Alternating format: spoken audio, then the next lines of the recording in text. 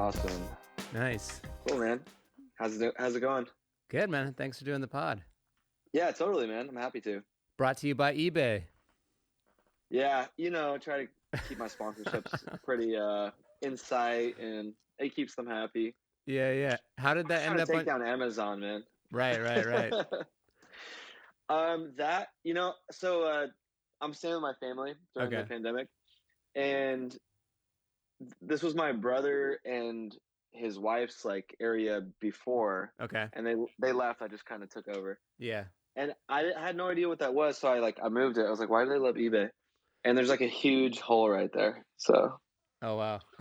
yeah, so I gotta love eBay too. Yeah, they sold something and it didn't go for the price they wanted on eBay, and they just smashed it through the wall. Yeah. Fuck you, eBay. It's like, well, we'll use your tape. Yeah. Yeah, but yeah, man. Thanks for having me. I'm stoked to be on here and just been doing like anything that's stand up related right now. Yeah, it's hard to like really even do stand-up related stuff in this pandemic. Yeah. Like we just did an outdoor show and it was fun. It was like it was kind of like old times, but it still doesn't have that like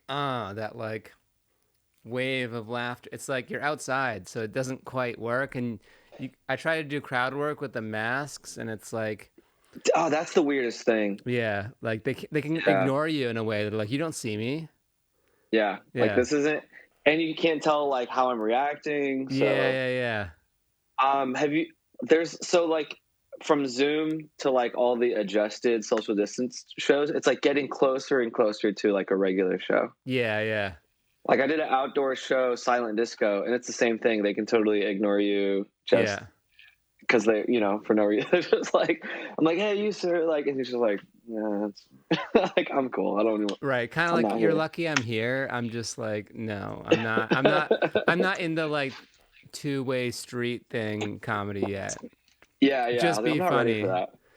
Yeah. And then they think that you're like making the pandemic worse by trying to do crowd work. Like they think like, hey, this is social distance. Like, what are you doing? Yeah. And then you feel it, even though they might not feel it. Then you start thinking about it. Yeah. And also, it's like crowd work is like a muscle. Like I was like, oh, I forgot some of my things to talk to, like just talking to people. Yeah. After like, yeah, for sure. Who's on a date? I like ran out of stuff. Did you go up thinking it was going to be kind of like still there? No. Like no. Okay. I was a little nervous. I thought like, all right, let's see. I'll do the best I can. And I don't know the new stuff. A lot of the crowd had seen me before. So like, I didn't want to do the old stuff. And so you're good about that. I feel like when I've seen you, cause I feel like just from hosting a show. Yeah. I feel like you've had that muscle to go up and change it up. Yeah. I give it like a 7 out of 10. It wasn't like terrible, but it wasn't great, Yeah. I've been pretty 50-50 during the pandemic. Yeah. Like I'll have some shows I feel like, oh cool, I still got it. And other shows where I'm just like, this is the time to like go back to school and, right. like I was doing my first hour at a college in South Dakota. And I remember thinking like, okay, it's just going to come back. Like everything will come back. And same thing. I thought that crowd work and riffing would work. So like I was just so dumb about it. I was like, dude, you're going to be fine.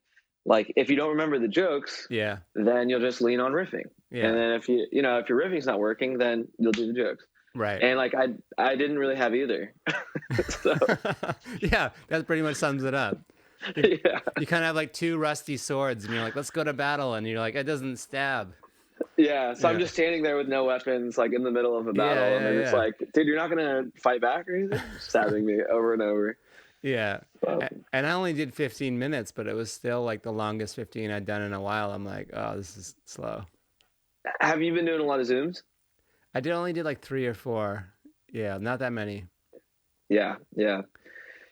It's even that, it's still not the same. Like, I think it helps to get some kind of like, I feel like new jokes in. I feel like the people who've been doing a lot of new jokes, when I see them in person, they've been doing Zooms and stuff.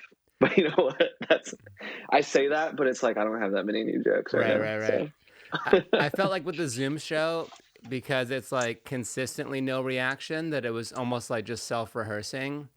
And so like yeah, I wasn't like waiting for a laugh, or if someone said something cool, this weird delay. Like I just kind of like plowed through the act like it yeah. was just by myself. And because of the lag, I love commiserating on stuff too. Yeah, Like grateful for everything, yeah. but I'll complain as well. So like there was I remember being on the Zooms, and you know how like you kind of the best thing to see is see a comic wait for laughter, and then thinking that it's a lag, and then there's no laughter. Yeah, That's yeah. like because then they're waiting like extra like twice as long as you normally wait for a laugh. Right. It's almost like Yeah. they're on latency delay, and Yeah. I like the wait for the laughter, and then you wait a little longer, and then you give up, and then the laughter comes and steps on your next joke. You're like, oh, Yeah, that's yeah, another yeah. that's another great one. Oh man, oh dude, Yeah, it's so pain. Like comedy can be so painful sometimes that it's just like hilarious. right. You have to.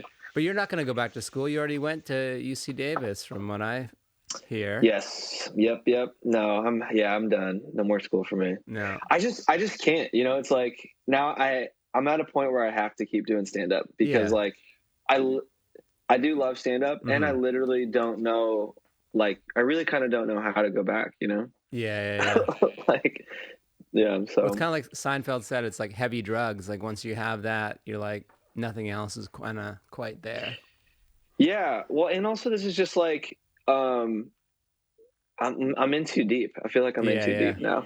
I've committed too much to it. Well, committed. You also have like pretty big accomplishments, like the Netflix thing. Like you got like Comedy Central. Like those are big like check marks. Yeah, thanks, man. It Yeah, feels like this feels like you're convincing me not to quit. Like we're hanging out after a show. yeah, Like, yeah. man, just don't do it. Well, Yeah, no, no, yeah, you'll leave thanks. the I room, and appreciate your it. mom will work on you to quit in the other room. So Yeah, yeah, yeah. I have like both sides. right. She's like, "What did he say in there? Big accomplishments." Well, I don't know. I mean, you'd accomplish a lot in dental, so. Yeah, yeah. And is that But the push to be a dentist? so there's a little bit because my whole family are dentists. My mom is a Oh dentist. wow. Both my brothers and their wives. Is it like Yeah, Guzman and Guzman? yeah, yeah, yeah. Guzman family. It's no. So my mom did have. She had a few practices, and Yeah. then I don't know if it was like the idea was that both my brothers were going to take over there, but they're still in school right now, Okay. and so and I'm not sure what's going to happen there. I think she's Mm. going to retire before they start that. And that's here in California? Yeah. Or no, sorry. They went to school in the Philippines, Yeah. and then now they're both in school like on the East Coast, Oh, nice. and then but yeah, my mom's practices are in Sacramento. Okay, great. I just got the Invisalign. Oh yeah, Yeah. nice man, Yeah. dude. How do you? So okay, two questions. One, Go. how do you like it? And then two, what was the final like push to be like I'm gonna do it? You know? I knew I needed it like 8 years ago because my teeth, like, this is great. You're almost a dentist, us doing this. They kind of Yeah, yeah, moved, yeah. they moved forward and started touching at the front like that.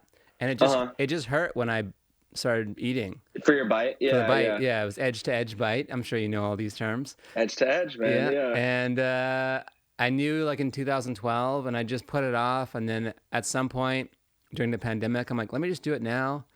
I totally should have done it in March. I would have been like almost done by now. But Yeah, yeah. so I don't have like an extreme case, but I just wanted to like, and now that it's already moved the one tooth out of the way, like Mhm. only 7 weeks in, like I'm like, I should have done this years ago. Like it's Yeah. so good.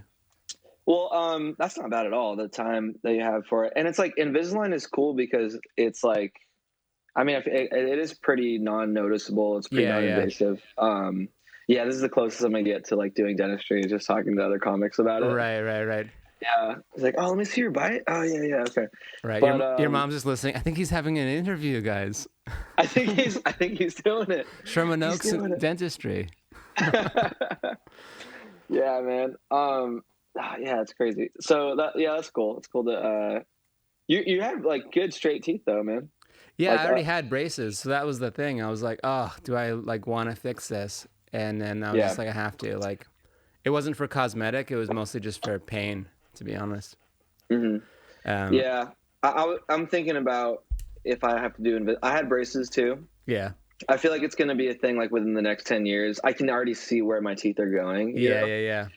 Yeah. Well, that's the thing. So Like, they don't like before. They're like, take off your braces, you're done. And now they're like, take off your braces, wear a retainer for life. So like, yeah, um, it sucks to that they just changed their philosophy and we have to do it again. But whatever. yeah. You know, I wear a night guard at night. okay, Yeah, it's that like doesn't keep them straight though. no, I don't know. Actually, that's a good question. Wouldn't it? No, Wouldn't? I think my night guard made my teeth worse. I think because I was grinding and I Yeah. think it moved them. Oh, see, that's maybe what's happening. Is like I told my mom because she's a dentist and everything. Yeah, She was yeah. like, "Oh, your teeth are getting crooked," and man, I got so insecure. Like since then, that's all I notice is my teeth. Yeah. Um, And when you and start noticing your teeth, all you do is look at other people's teeth. Like yeah, yeah, I'm like just watching people's mouths like all day. it's kind of like Instagram and like having a like doing comedy. We're like, oh Yeah. man, that guy's coming up, man. He's doing. Or so like you see somebody else is like, man, I feel like he could edit this. Yeah, The yeah. same thing with the teeth right now, where I'm just like, man, that guy's got some straight ass teeth. Yeah, yeah. It's a Like, thing. Yeah, yeah, well, I'm going to start a new dentistry podcast. I just dude, it's a niche that no one's talking about right now. yeah. Um but you were born in the Philippines? Yeah, Do you yeah, I speak was born in the Philippines. Tagalog? Tagalog. I speak very little. Little? I can I can speak. Of course, like all the dirty words, Okay, yeah. and when I'm in the Philippines, I can kind of like I can understand when people are talking to me and stuff. Yeah, But yeah. everyone speaks English in the Philippines, so Right, yeah, that's what I hear. Have you yeah, gone and done stand up there? I have. Yeah, Nice. actually, I've been hit up a lot during the quarantine about doing stand up over there when things open up. Yeah, yeah. That's great. Yeah, I love it out there, so it's cool. I don't necessarily, I should be selling it. I feel like I'm really good in the Philippines. That's what I should be saying. But the one I Yeah. did I was like 50-50 out there. Oh, like the reaction or the Yeah, I mean, it was pretty early on. I think I was out there in 2014. yeah, I yeah. had maybe 30 minutes of material, so it wasn't like, oh, cool, I'm going to switch between my good stuff and my bad stuff. I was like, you guys are going to have to hear everything. Yeah, yeah. And I followed this. It was a Valentine's Day show. I followed this Filipino comic. He's so strong, Alex Calleja. Mhm. He's an older guy, and he did his whole set in Tagalog. Oh, wow. And they're dying, dude. 30 minutes straight. And I'm supposed to like headline, I think, with 30 minutes too. Yeah, yeah. So, and then I went up afterwards, was doing it in English, and it was just like, it was so bad that they asked for him to come back on. Oh my gosh, dude. Do you I need to tell some good stories about like me doing well at comedy. I'm just talking about all the bombs because it's so fun. right, right, right. Do you know Andrew Arolfo? I love Andrew. Yeah, Yeah, yeah. yeah. He's out from the Bay originally. Yeah, he was saying the same thing. Like, he went to the Philippines. He's like, he just did his act, and then sometimes like the references were just a little off, and they're like, Yeah. he's like, it's me. I'm still gonna do it. Like, let's go. I love that attitude. Like when I see comics who are very good at like, just sticking to what their thing is, no matter what the audience is. It's really cool. Yeah. Yeah. And then they learn more about you, and then you kind of expand. And what are you gonna do? Just be someone else for 30 minutes? That's not gonna work. Yeah, and then you can't do that. You can't do that like every show. Right, right, right. You just kind of don't have a voice by doing that. So. Right. And then you put out a comedy album, Dual Citizen. I did. Yep. Are you a dual? I am. Mm-hmm. So Manila Filipino and or American. Filipino passport and American? Yeah. Nice. Yeah, it's pretty cool. I enjoy it. It's kind of fun. It's like I feel like I have two as well, like Canada and US. And I feel like James Bond when I have them both. Like I'm like, yeah. where? Who am I today? Right. Just like passports, a stack of cash, and like a safety deposit box. Yeah, dude, that's awesome. Yeah. Where are you from in Canada? Vancouver. Okay. Yeah. Oh, sweet, man. Yeah, a lot of Filipinos. Yeah. Oh, tons of Filipinos. Yeah. I heard Vancouver's pretty chill. It's like very chill. Yeah. Yeah. It's like a chiller. Big weed city. Big weed city. Yep. Yeah. Yeah. Seth Rogen's from there, so he's like the weed ambassador. Cool. Yeah, it's a good town. Rains a lot. It's like a cleaner Seattle in a way. Yeah, I remember doing I think it was like a NACA like college conference thing in Seattle, Okay. and a guy, he wasn't a comic, he was actually like a weed lecture guy, Mm-hmm. and so he was like doing all these college circuit things talking about weed, which is kind of crazy. But yeah, he was telling me all about Vancouver and just like how awesome it was and stuff. When did you move to LA? 2006. Okay, Yeah, so a while ago. gotcha. But Yeah, so you've been in LA for a while. yeah, but you kill up there. Like there's a big Filipino community. All like in Vancouver, like so many of the singers, dancers, actors are Filipinos. Like Dude, there's such a big talent pool there. oh man, My first job in yeah. music, I was basically working with a half Filipino group. Yeah, half like, what do you mean half Like Filipino? there was like a group, and half of them were Filipino. And Because that could mean both right now. Because like in the Philippines, literally all artists are half Filipino. oh, They're all half like and something else. and half white. Yeah. Oh no, I meant like two of the four members. Yeah, that was unclear. Okay. Yeah, but it was No, like yeah, the Black Eyed Peas, kind of before the Black Eyed Peas. It was like too early. dude, that's so crazy. I mean, yeah, like um, music was like my first love, Yeah, like yeah. art wise, and then even now, like that's what I've been doing during the pandemic is just like playing more music Mm-hmm. and like learning how to use Logic because Oh, nice. yeah, I just love it so much. It's Yeah, like that's literally what's keeping me sane. Like I'm doing Zooms and all that stuff for stand up, but like I feel like I have to sit down and just like I'm like here next to my like my MIDI keyboard and yeah, guitars and stuff, and that's what keeps me sane, man. Is doing music right now. yeah. I love Logic. Like I learned on Digital Performer. It was like kind of it's not really big anymore. And then learned Logic and Pro Tools. And I was like an engineer for so long, and Dude, would yeah, just do that forever. And it's great feeling to be able to make your own album and like learn all the tools. yeah, dude. I think that's man. I'm so fascinated with that because you had like a whole and you still work in music, right? Yeah, I still work in music. Yeah. Did you play music first and then go into I played the viola, but I really wanted to like produce like hip hop beats. And so I learned how to yeah, do that. And then through that, I got like really interested in the technical side. So then I started like yeah, mixing and engineering and then learning. I was good at like learning the gear and like kind of like coaching other people to do their best performances and stuff like that. And that's what brought dude? me to the US and That's so learned how crazy, to like man. record everything like drums, rock bands, like Yeah. guitars, vocals. And What? Wow, man. yeah, it was just when things were going to computers. Like I still did some stuff on tape, but Uh-huh. yeah, it's a good skill to have. Like especially for like even comedy shows. Like the sound is always if I'm producing it, it's always like good. I'm just dialed Yeah. in. I'm trying to make it nice. It's Yeah. a big Yeah. deal. Like bad sound, or even just like It does turning it make a big down in difference. between like a loud comic and a quiet comic. Like Yeah. it can be as The whole simple as vibe. that. That's cool. You think of it in like a musical way. Yeah, man. I mean, that stuff fascinates me. I would love to just see you do that because like, I feel like it's, I'm amazed by it. Like the whole sound part of it, Yeah, yeah, it's funny because people will hear a song and just be like, I like it. yeah, But I, with your background, you're probably listening to so many different parts of it, the mixing, like, yeah, and then yeah, all the yeah. different parts of it. Or sometimes Um, they won't know why they don't like it. And it can be something as simple as like the levels are off or like this needs to be compressed more or yeah. but the tools are better now. Like it used to be so hard just to get a song like sounding good.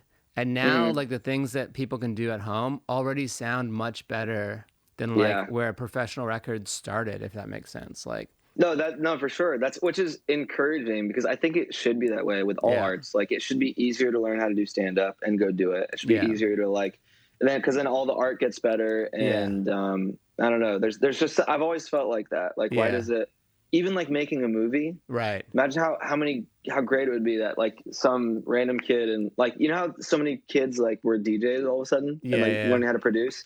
That was great. Like I mean I don't know how you felt about it, but I thought it was cool just because like dude, this fucking 17-year-old in Sweden is like huge right now. It's good because everyone has the tools. And I feel like it's easier to get a 6 out of 10, but because Mm, of that, it's harder to get a 10 mm, because mm, the filtering to be able to do it at all, it was so expensive that you really had to have something or someone had to believe in you to put up yeah, the money to do it. Now you have the tools, you can make it sound pretty good, but there's also a little bit of lack of the experience to be able to produce a record and make it all the way good. Like tight, super tight. And just like as good as it can be.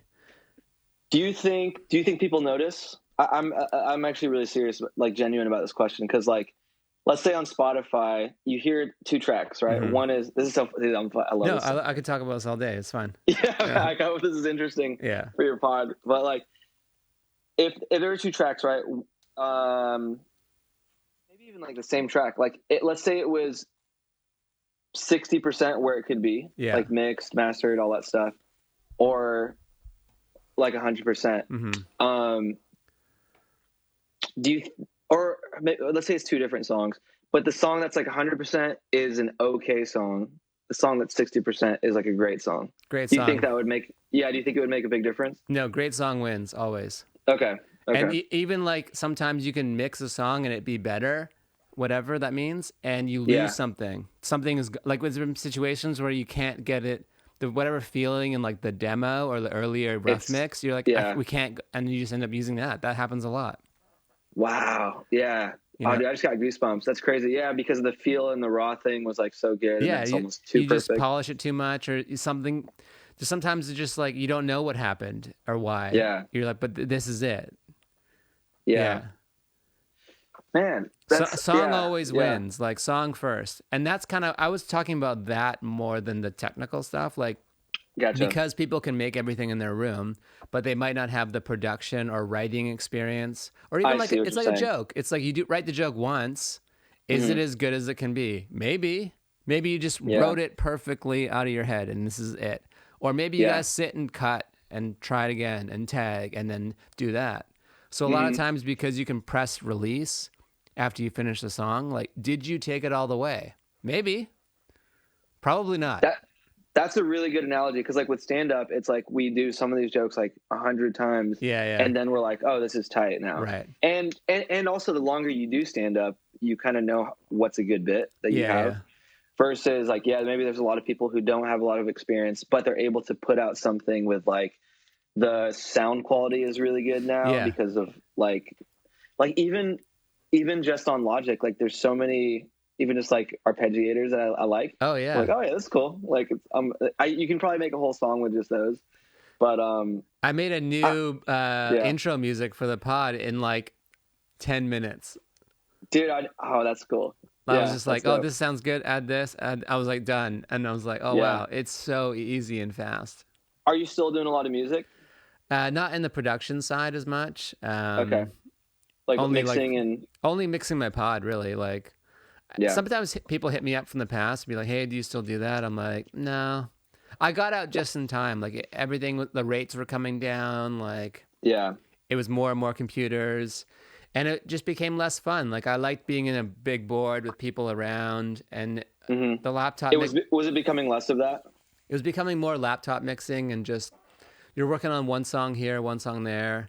I like like we get together and we're stuck together for 6 months making something. That was, and you go to the studio every day. Huh? Yeah. I was listening to Paul McCartney on Howard Stern, and Howard Stern asked him, he's like, you came up when there was like big studios, all that stuff, and you didn't have the tools. Wouldn't you like to be a kid today with all the tools? And Paul's like, oh yeah, I love it that the kids have the tools. I think it's great. He's like, but I wouldn't trade going to EMI or Abbey Road every day as a young kid and being, this experience for anything. And like where it's like a job, you go there, you do one song, you take lunch, you do another song, you go home, and you keep doing that every day. Like, there's an experience to that, which is great. Yeah. But now big studios are like hotels. Like you go there because you need like someone to get you, because you're a celebrity mostly, because they're expensive, like $2,000 a day-ish. Yeah. And you need someone to get your food. You just want to be private. You just go there and then you leave. Like an experience. It's less of like we're stuck in this studio for a long time. Yeah. And house studios are great. Like setting it up in your home is a thing too. Like that feels great in a different way. Yeah. Our people, so even before like all this stuff happened, Yeah. Were people already doing more home studio stuff? And then Yeah. number two, are people still recording right now? Like, because you know, Um, like acting, like everything's sort of, it's kind of coming back, but it's like kind of shut down. I I wonder, don't think is you music need still going? acting requires so many more people. I'm sure Yeah. everyone's making music. I mean, why wouldn't you? You can do it by yourself or like plus one person if you know them and trust them, or you can even do your part, mail it to you, you do your part, mail it back. Like, Yeah. I mean, Yeah. I don't know for sure, but I'd imagine there's more stuff being made in this environment. Yeah. I mean, you're doing it. I am doing it, but you know, this is my thing with like music is so I started doing music when I was young, Mm-hmm. then started doing comedy, and then started doing music in my comedy.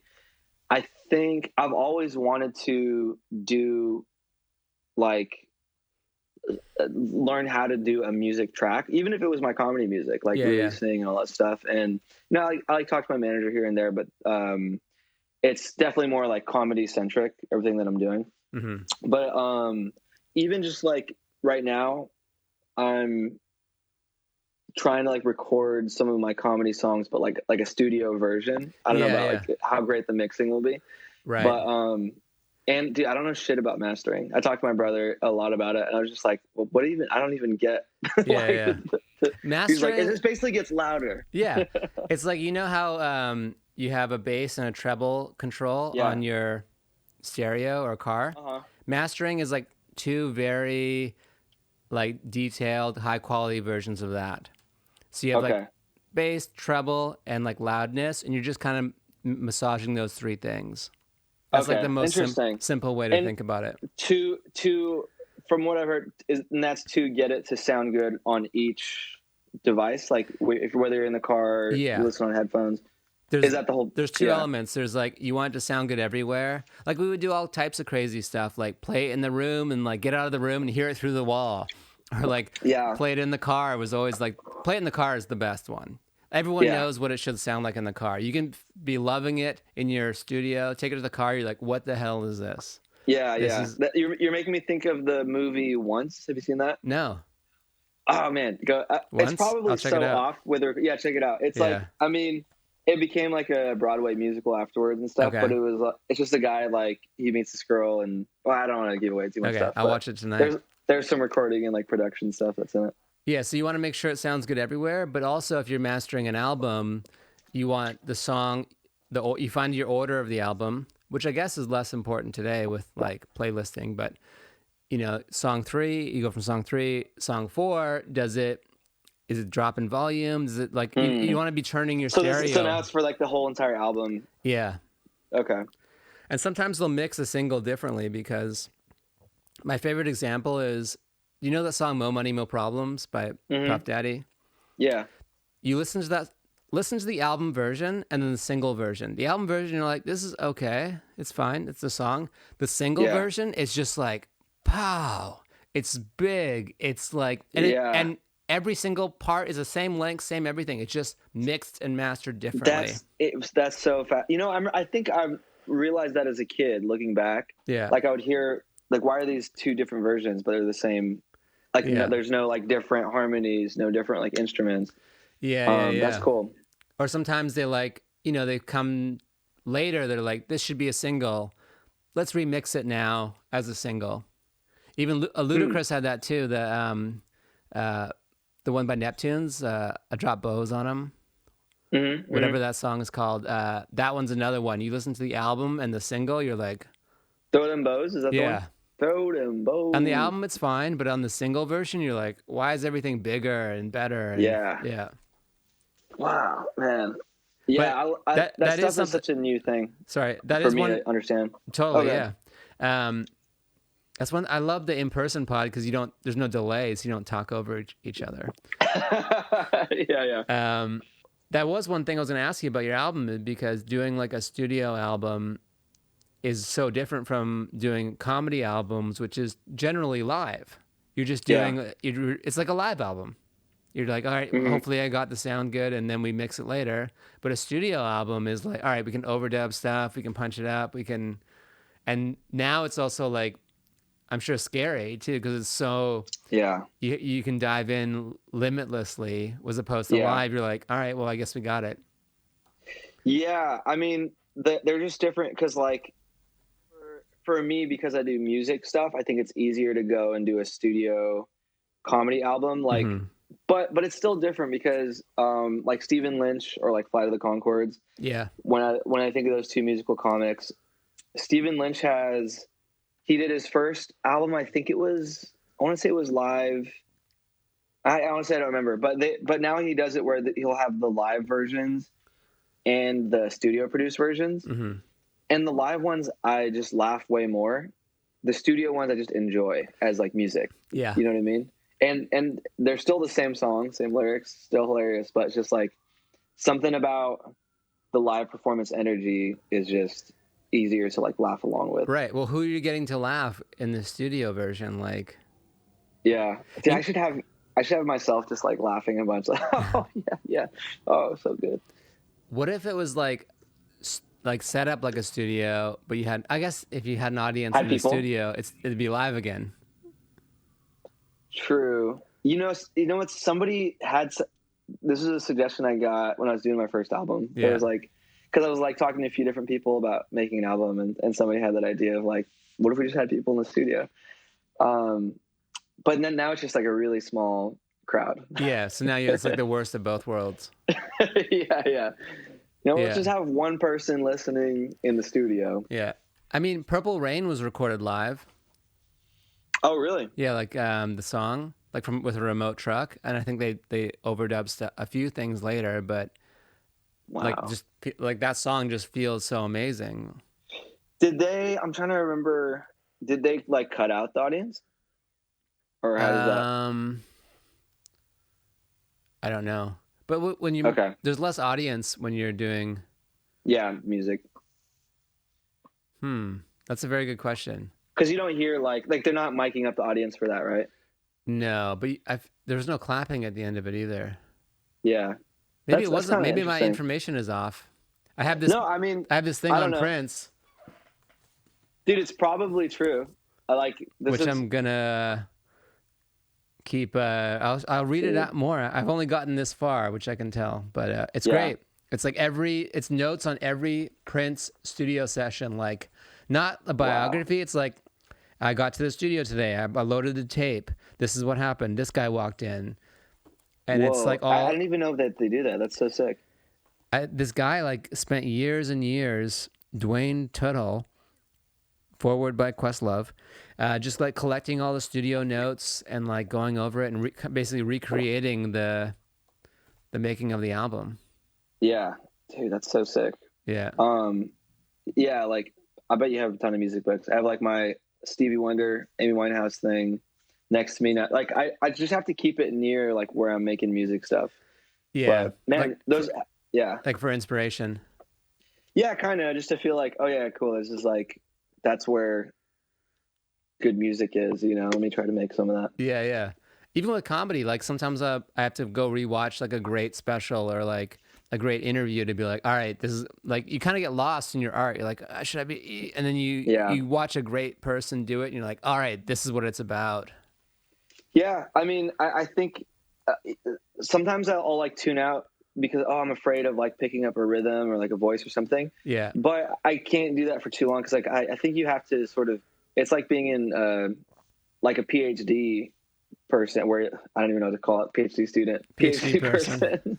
Yeah, that's what they call it, right? Yeah. I am a PhD person A at doctorate. Harvard. Yeah, being a doctorate, where you kind of have to be like seeing what the latest and greatest stuff is coming out. You have Yeah, to be yeah. up to date, and you know, it can be easy to be like, no, I don't. I'm doing this so I don't hear people's voices, but then you're not really like seeing what the best stuff is. Yeah, yeah. It's interesting with the especially yeah with stand up because it is your own voice and you don't want to be someone else ever, but Yeah. you also want to see what's going on and I feel like there's a lot of pressure to do these new social media stuff like I know a lot of friends of mine are killing it on the reels and then you're like maybe I should be Hmm. doing that and you're like y- and you're like but Oh, I didn't get totally. into it to do that so why would I do that and so you're always like balancing all these different mediums. Oh man, it's kind of it's like it's overwhelming how many paths you could take Yeah, yeah. because you could build your audience strictly from reels and that or one person can build it and it's huge, and somebody else could try that and that's not their path, you know? Yeah, exactly. And so you just kind of have to experiment with them all. Right. Yeah, I did a lot of TikTok during this time. Oh yeah, I'm sure TikTok's great for you. It's been good. It's been good, Yeah. man. Yeah. I'm a TikToker now, dude. Just full on. I don't do the dances, but I have I do like the medium. It's cool. Yeah. And the app records and edits so well. Like they really nailed it. Yeah. I mean, that's like where we're talking about things being more accessible. Mm-hmm. It's like more, I bet you more kids, or not, actually it's like more adults on there too now. Yeah. But like more people have access to like thinking about editing. Right. That just even as a start. So yeah, and angles cool. And like it'll be so intuitive for them in a way that it never was for us, because they have it, like they just can do and learn instantly. Everybody, I feel like, you know, who came up in this pandemic is the people who are making ring lights. I feel like everyone has a ring light. I got one on right now. Me too, dude. It's like everyone's gonna have a ring light after this thing, and it's like we're gonna look back on this like, oh, remember when people didn't have ring lights and we just lived in the dark ages? Like, yeah, and like quite literally, so many people like can live stream and like Twitch stream and like all these, like we all have our own like broadcasting studio, for better or worse. Like yeah. And even if you don't have that, you just go live. You're like, I'm live. Look at me. It's so wild, man. Oh, stuff freaks me out at the same time. Like maybe I lean on this edge of like, things are changing. I'm like, you know, I understand old people when they're like, man, back in my day, all this stuff. Because that stuff does freak me out, like how easily accessible we are now too. Yeah. So the good is how creative everything is, though. Yeah. Like everyone can create stuff faster and easier. Yeah, pros and cons. There's a romance always with the old way. It's like, we just did an album, or we only toured, or we only did this, and it was only live. And then there's a new medium that comes along and people embrace it. And like you said, everyone has their own path. So there's no wrong way to do it, really. For sure. As long as you're good, just be good and people will find you. Yeah. I remember when like YouTube comics or Instagram comics, quote unquote, like were first coming out. I never thought like I heard a lot of people thinking like, oh man, he's not a real stand up and whatever. But I was like, yeah, but that's you know, they are headlining the show and people are coming to see them, and sure, like maybe their stand up wasn't as good, but I did have respect for like they got people to come to a show. I mean, you bring an audience, or an audience will buy tickets to you. You're funny. They enjoyed the show. I mean, what else do you want? Yeah.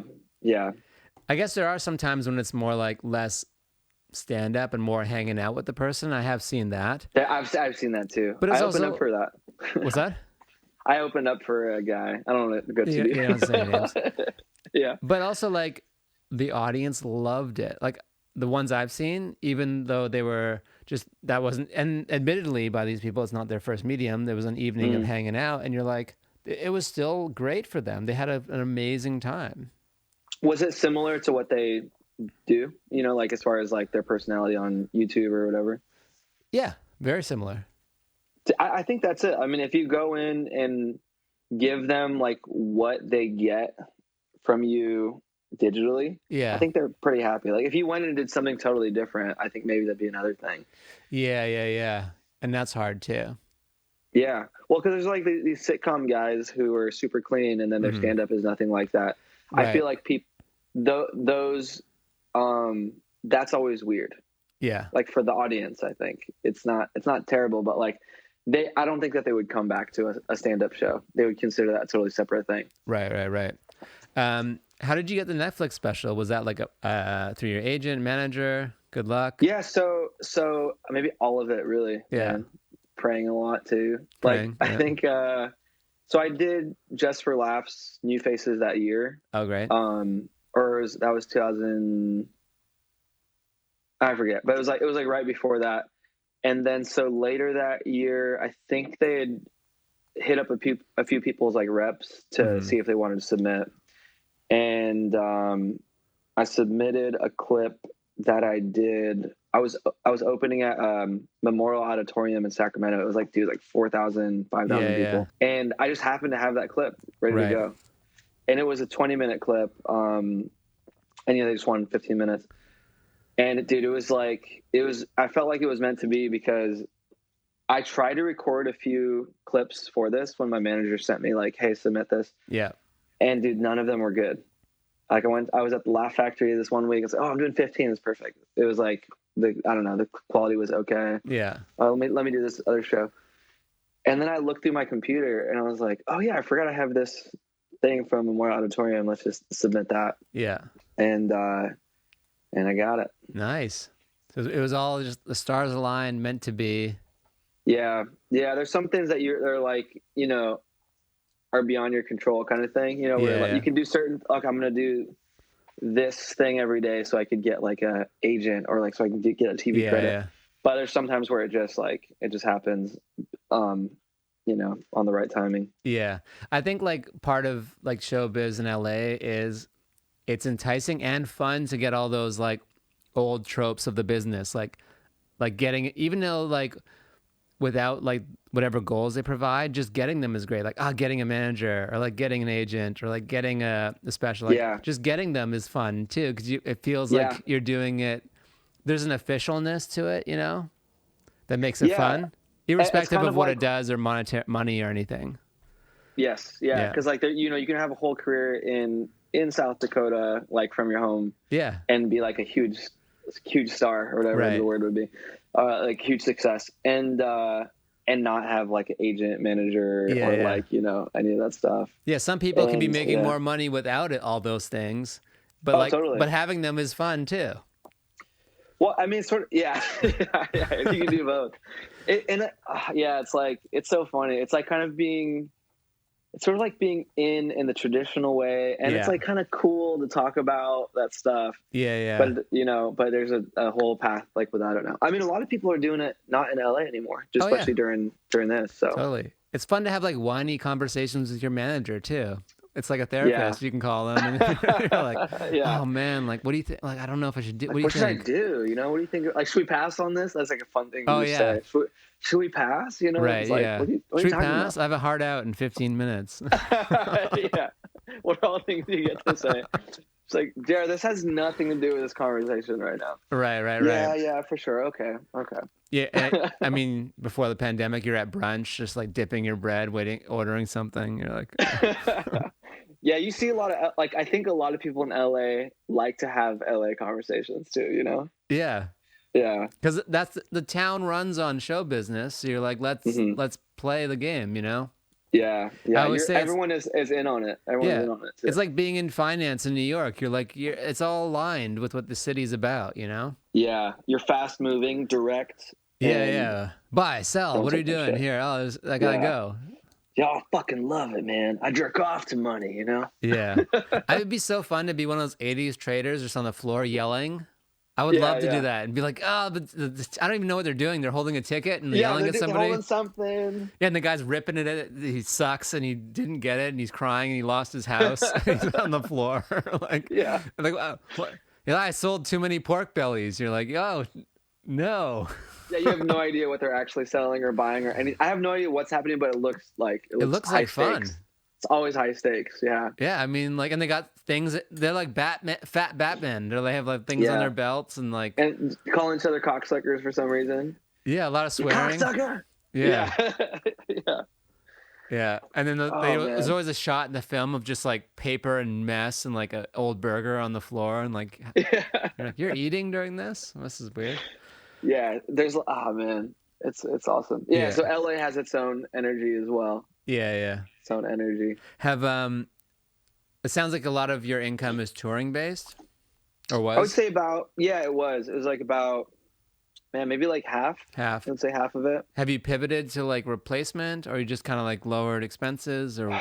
So kind of both. I mean, Zooms are okay. Like, so for example, the colleges, I've been doing a lot of the colleges through Zoom now, and it's like a little bit less than it used to be, but it's kind of like still pretty good. But you don't have to pay for your flight and your hotel, and so maybe it's about even.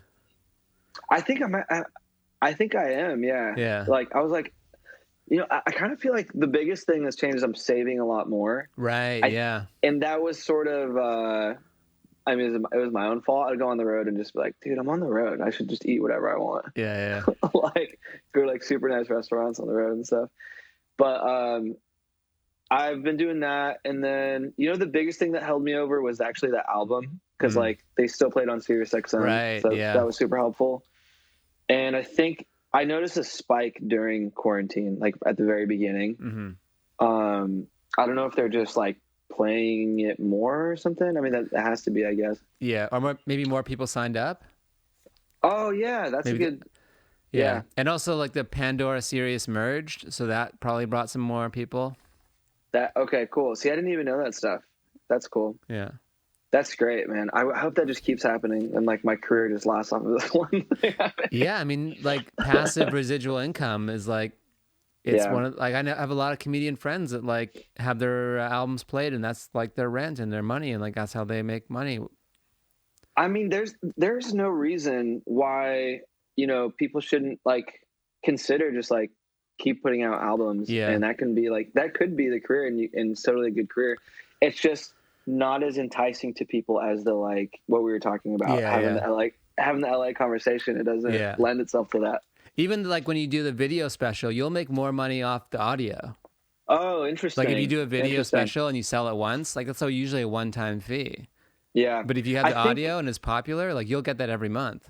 I think that's why Netflix is a joke radio kind of Right. started. I remember hearing that they wanted to get into the like sound business or like the audio Mm-hmm. business with the specials, Yeah. and then seeing the transition. This is like right at the time too when I was like making Dual Citizen album. Yeah, it's so fascinating. Do you think why is that the streaming isn't caught up with that, or not Well, caught up, but like why is it not as much like the video streaming? I think just the business model is usually like flat fee based. It's not based on your Yeah. streams. So where Hmm. audio is more legacy royalty based, especially for Yeah. things like Pandora. I mean, no, sorry, not Pandora. Sirius XM, terrestrial radio. There's just like a standardized format for that, and that's the Yeah. way the business is advertising based. Where the Netflix, et cetera, is more subscription based. Yeah. That stuff fascinates me too a little bit because it's like it's in the beginning I didn't know you could make so much just doing an album because especially with comedy Yeah. they're not they don't even I feel like they're not as popular anymore Mm-hmm. as far as like comics think, oh, I'm gonna go make an album. Right. But I guess if you make a special and put out the sound and then just Yeah. keep the sound, that's the same thing. We had the head of comedy at Pandora on the podcast, and he was talking about one thing that people forget is like making comedy singles. Like if you have a really good joke, or I guess for Yeah. you it could be like a joke song as well. That's like Yeah. very like timely, or something that's like you don't have the rest of an album yet, but you want to put this out, and like we have a playlist on weed, and you have a song about weed. Just get it to us. We'll put it in the weed playlist, and you'll start making money. Yeah. Like, because we're gonna chop them up and make them our own playlist anyway. So Yeah. don't feel like you have to have an album. If you have this great bit that's maybe about some political thing or something that's out now, like get it to us. Yeah. That's fascinating. Yeah. Yeah, because is he now at Sirius XM, that guy? I think I think he's still technically Pandora, but it's like Okay. it's an The ongoing merger. merger. Yeah, because there was a guy so dude, the way I made my first album was kind of again this like sort of chance, luck, right place, right time thing too, Yeah. where I did a thing for Hulu through Comedy Dynamics, and that was like my first thing. Also, the way I got that was I submitted to a fucking Facebook ad, Oh wow. like one of those like searches, Wow. It was such a like chance thing. I saw a Facebook ad. Oh, you want to be the next star? And I'm like, well, I have this comedy clip, so I'll submit it. Yeah. And so that this guy called me from there. We did that. I later heard that he had moved to Sirius XM and doing comedy programming there. Mm-hmm. And I did a festival in Atlanta. I think it was Laughing Skull. Yeah. Yeah. And I lost. But I saw him there. Like, hey man, like, dude, it's good to see you again. Yeah. Yeah. Thanks for everything back at for that Hulu show, coming to the stage, like, how are you doing? And I heard you're at SiriusXM. Like, I just have all these questions about, like, I'd love to, release even just some tracks. I was just talking about tracks on there. And he was like, yeah, hit me up. I have like opportunity. And he just like kind of set me up with my record label and with like a kind of like, I don't know if you call it like a deal at the time, but like a deal to do like an album a deal, for SiriusXM. And like, so just by being there and losing that competition, and all these little things had to happen. I had to do that, submit to that Facebook ad. But you took the initiative both times. You submitted to the ad. You went up to the guy and talked to him. Like, a lot of people don't do those things, and that's you're right. So you're creating your own luck. Of just like always, I think if you are focused on it, that you'll kind of see when the opportunities show up too. Right. And you have a likable demeanor, and then there's also a balance. So you don't want to be the guy who's like, give me, like, how do I? That guy's no good, or girl. But I know. Let's not be sexist. Let's give girls the opportunity to be a person we don't like. Right. Exactly. Like guy or girl that we hate. Right. Make sure you comma that. Yeah, because the balance of being like too pushy. It's like LA. Don't be boring. Don't be desperate. Like, the desperate is just like, it's the biggest turnoff. Like, you can feel it. Whoa. Yeah. Where did you hear that? Don't be boring. Don't be desperate. That's interesting. I read it. So I was in Vancouver, and I was at a used bookstore, and I found this book, How to Make It in Hollywood. And I pulled it out. And most of it is just like, it was 10 years old at the time I saw it, but I flipped through it and I saw that quote in there. I'm like, that is like the best quote ever. Yeah. Well, it's so true, man, because I mean, also it's like, because if you still have to be like, weirdly enough, like interesting, exciting, different. And that's a lot. But you don't want to be like so aggressive. You have to be kind of self-aware when it's like overbearing, but in LA it does help to be kind of interesting too. Right. Well, this has been fun, man. I really enjoyed talking with you. This is super, I think we covered a lot of ground. I'm happy to do any type of, audio help you ever need, or mixing or stuff, or... Dude, I was so tempted to just ask you about music this entire time, but I was like, I'm pretty sure that's not why Latif has me on here. So no. I think it overlaps so much, especially with your comedy and what you do, and also like, I mean, I have like so much knowledge about it. I'm happy to share it, and like, if you ever have logic questions or things, like, hit me up. Dude, okay, for sure. Like, I mean, I have tons. My brother used to do some sound engineering for Sony, like he would do like films and stuff, but it was but now he's doing dentistry, so okay. Dude, I'd have so much there's so much interest in what you do. I think when we first met, I was like, it was funny because your passion for like comedy and like just that hunger of like to learn everything too. I was in the same boat, but I wanted to ask you about music and like right mixing and recording, so it's kind of cool. Well, dentists, what they do is they end up building amazing home studios because they make a lot of money. I hope, man. I really have that hope for my brother, because he's a dope musician and like producer as far as like making music and stuff, and I feel like it's still in him, wanting to come out. So maybe you'll have a dope home studio. You guys could do like a family album. Yeah. Have some like dental like parody like reference in it too. Some good friends of mine in Canada, they're Filipino brothers, and they put out an album called Kuya. Oh yeah? Yeah. Dude, so okay, this is my question about this too, is like releasing music independently. Do you feel like it's easier now, and to like, do you recommend that? You know what I mean? Like, just with the way things are right now, or do you recommend people going a traditional route? I mean, doing it by yourself is the way to go if you can make the product, and you'll have a lot more. It's harder. It's just like comedy. It's harder to break in, and in this sea of like songs everywhere. But you have more control. You can do what you want to do, and the reality is like, they're not just gonna sign unknowns anyway. Everyone's gonna be like, all right, like, you already have something going. Yeah, they want to check out your plays already on Spotify, like what you kind of got going on your own. Because the best artists from a label standpoint right now are the ones who can just turn in songs. You're like, all right, we sign you, you have your studio, just go to work. And the ones that need a lot more hand-holding, like, it's harder. It's more work. It's more. All right, you only do the writing. You only do the singing. Now I got to find you a writer. Now I got to find you a producer. Like, so if you are already on the path of making it yourself, just release it yourself. Like, Yeah. through the ones that don't take a lot of your distro fee, and then see what happens, and then get better and build a following. Like that's like no one's. It's very, very rare someone's going to sign you with no following. Yeah. Just like people aren't going to book you with no following or like give you For opportunities sure. with no following. It happens, Yeah. but not. Yeah, it's like even in the comedy world, you kind of need credits already, like a Yeah. following, and then you kind of have a little bit more options, a Right. little bit. And you already have some momentum. And it's like in comedy and music, it's like sometimes the public's like, oh, that guy came out of nowhere. And then, but we're all like, no, this person's been around for grinding for 10 years. It's the same. It's comedy and music business models are becoming more and more similar over time. That's interesting. So then because you know how sometimes you can just, without knowing any of that stuff, right? Yeah.